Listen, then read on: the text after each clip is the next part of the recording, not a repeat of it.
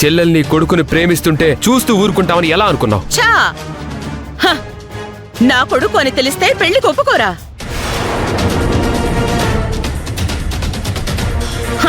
నా కొడుకు అని తెలిస్తే మీ ఇంటల్లుండి కానివ్వరా? మరి నీ భార్య వచ్చి వీళ్ళ పెళ్లి జరిపించాలి అనుకుంది.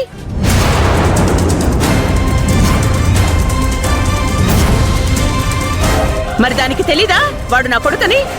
తనకి తెలియకుండానే టెంపుల్ దాకా వచ్చిందా? తనకి తెలియకుండానే అన్నీ తానే ఇవన్నీ జరిపించిందా?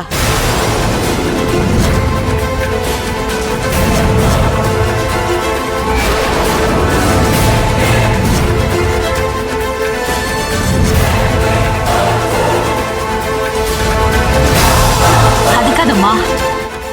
మీరు మాట్లాడద్దు. గొంతకు తగ్గ బొంత అన్నట్టు ఎవరో ఒకళ్ళని చూసి పెళ్లి చేసి పంపించకుండా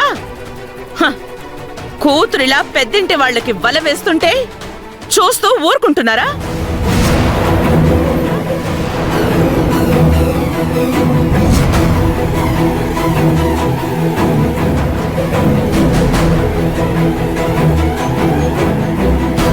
ఏ భూమి, మీ అందరికీ తెలుసా తెలీదా అన్నది నాకనవసరం. నా కొడుకుని అమాయకుణ్ణి చేసి వాడికి దీన్ని కట్టబెట్టాలని చూశారు.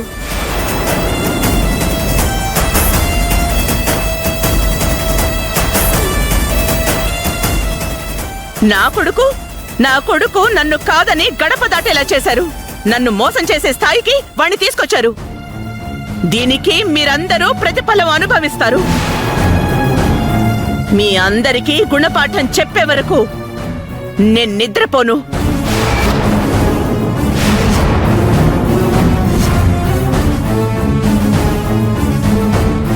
మేమేదో చేసాం అంటున్నావు.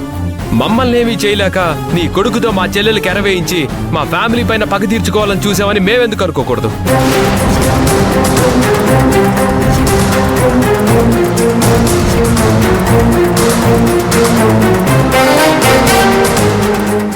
అంత అవసరం ఈ రుద్రానికి లేదు. ఒక్కగానొక్క కొడుకు కదా, ఆస్తి మీద ఆశపడుంటారు. అమాయకుడు కదా, ఏం చెప్పినా వింటాడు అని వాడి మీద ప్రేమ మత్తు జల్లి మీ దారికి తెచ్చుకునుంటారు.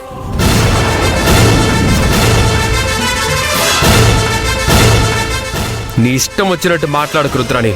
ఆస్తుల కోసం ఆశపడేది నువ్వు, మేం కాదు. ఇప్పటి వరకు మా కష్టంతో మేం బ్రతికామే కానీ అవతలి వాళ్ళ కష్టాన్ని దోచుకొని బ్రతకలేదు.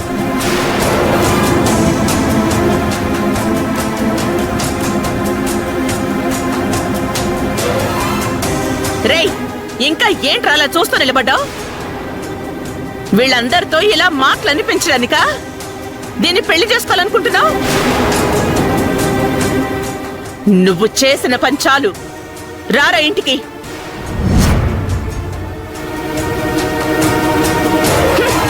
రా మమ్మీ.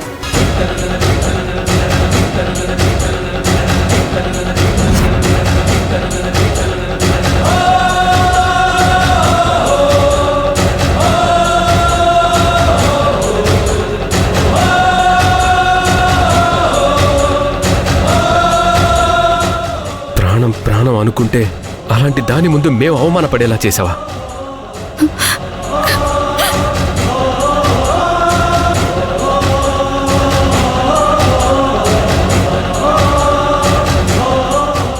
చేసిన ఘనకార్యం చాలు, పదింటికి.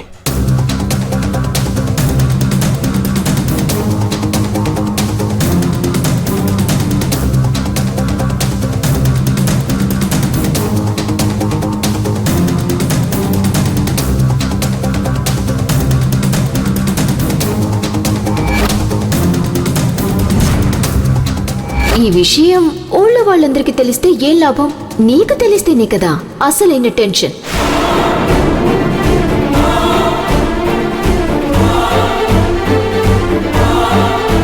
అయినా ఇంకెంతసేపులే, కాసేపట్లో ఆటం బాంబ్ పేలిపోతుంది. నువ్వు దాచిపెట్టిన నిజం బయటపడిపోతుంది.